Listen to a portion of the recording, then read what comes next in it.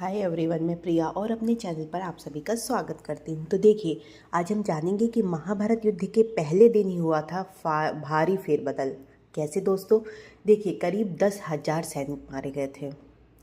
कहते हैं कि जब भीष्म पितामह सेनापति बने थे तो पहले ही दिन कम से कम 10,000 सैनिकों को मार दिया गया था।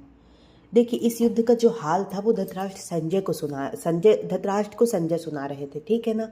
एक ओर कौरव सेना खड़ी थी तो दूसरी ओर पांडव की सेना खड़ी थी। युद्ध में श्री कृष्ण अर्जुन अपने रथ के साथ दोनों ओर की सेनाओं के मध्य खड़े गए थे और भगवान श्री कृष्ण मोहग्रस्त अर्जुन को गीता का कर्मयोग का उपदेश दे रहे थे। अर्जुन फिर भी युद्ध से विमुख होकर पलायन करने की सोच रहा था। तब श्री कृष्ण ने अर्जुन को अपना विराट रूप दिखाया। तब अर्जुन का जो मोह था वो दूर हो गया पूरी तरह से, और अर्जुन जो था वो युद्ध करने के लिए तैयार हो गया, क्योंकि अर्जुन को लगता था कि मैं जिनसे युद्ध कर रहा हूँ वो सब अपने हैं। देखिए, कहते हैं कि युद्ध से पहले युधिष्ठिर रथ से उतरकर पैदल ही भीष्म पितामह के पास पहुँचते हैं। क्यों? उन्होंने उनके चरण स्पर्श किए। भीष्म ने युधिष्ठिर को विजय का आशीर्वाद दिया। इसी प्रकार युधिष्ठिर ने कृपाचार्य और द्रोणाचार्य के चरण स्पर्श किए। दोनों ने उन्हें विजय का आशीर्वाद दिया। युधिष्ठिर की धर्म नीति को देखकर धृतराष्ट्र का जो पुत्र युधिष्ठिर था वो बहुत ज़्यादा प्रभावित हुआ। इसी दौरान भीष्म पितामह ने सभी योद्धाओं से को कहा कि अब युद्ध शुरू होने वाला है। इस समय जो भी योद्धा अपना खेमा बदलना चाहे वह स्वतंत्र है, मतलब जिसको जिसकी तरफ से युद्ध करना है वो वहां जा सकता है। इस घोषणा के बाद धृतराष्ट्र का जो पुत्र युधिष्ठिर था वो डंका बजाते हुए कौरव दल को छोड़कर पांडव के खेमे में चला गया। युधिष्ठिर तो कौरवों की ओर से था, वे कौरव के भाई थे, लेकिन उन्होंने चीरहरण के समय कौरवों का विरोध कर पांडवों का साथ दिया था। बाद में जब युद्ध हुआ तो वो अहम वक्त में, मतलब युद्ध के समय, युधिष्ठिर के समझाने पर पांडवों के दल में शामिल हो गए।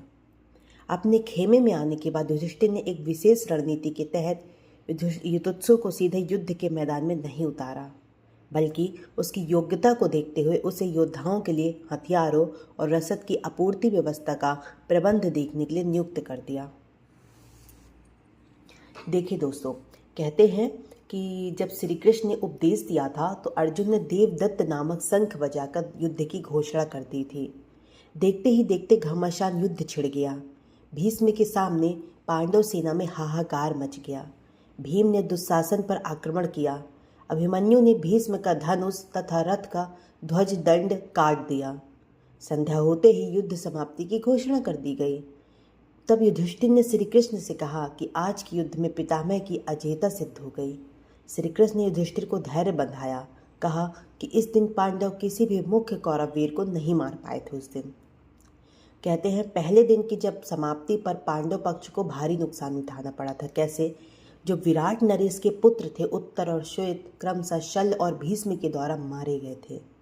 भीष्म द्वारा उनके कई सैनिकों का वध कर दिया गया था। कहते हैं कि इस दिन लगभग 10,000 सैनिकों की मृत्यु हो गई थी। तो पहले दिन जो था वो पांडव पक्ष को काफ़ी नुकसान उठाना पड़ा था और कौरव पक्ष जो था बहुत ही मजबूत बना रहा। चलिए दोस्तों, तो देखिए, जो युद्ध का पहला दिन था, मतलब उसमें भारी फेरबदल हो गया था। फेरबदल का मतलब ये था कि भीष्म पितामह ने कहा था कि आप स्वतंत्र हैं, आपको जिसके खेमे से लड़ाई लड़ना है आप उसके खेमे में चले जाइए, ठीक है। उसके बाद फिर बाद में अदला बदली नहीं होगी।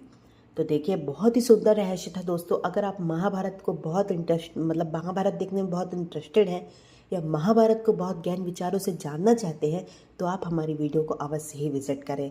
आपको हर एक चीज़ का रहस्य पता चलेगा। आप मेरी प्लेलिस्ट में जाएं, आप मेरे चैनल को विजिट करें, आपको वहाँ पे महाभारत की सारी वीडियोस मिल जाएंगी दोस्तों, और आप उन्हें सुने। आपको बहुत ही अच्छा एक एनर्जी डेवलप हो सकती है कि महाभारत एक्चुअल में हुआ क्यों था।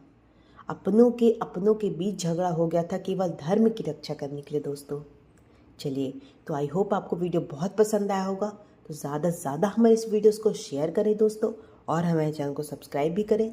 Thank you so much. जय श्री कृष्णा, जय श्री राम।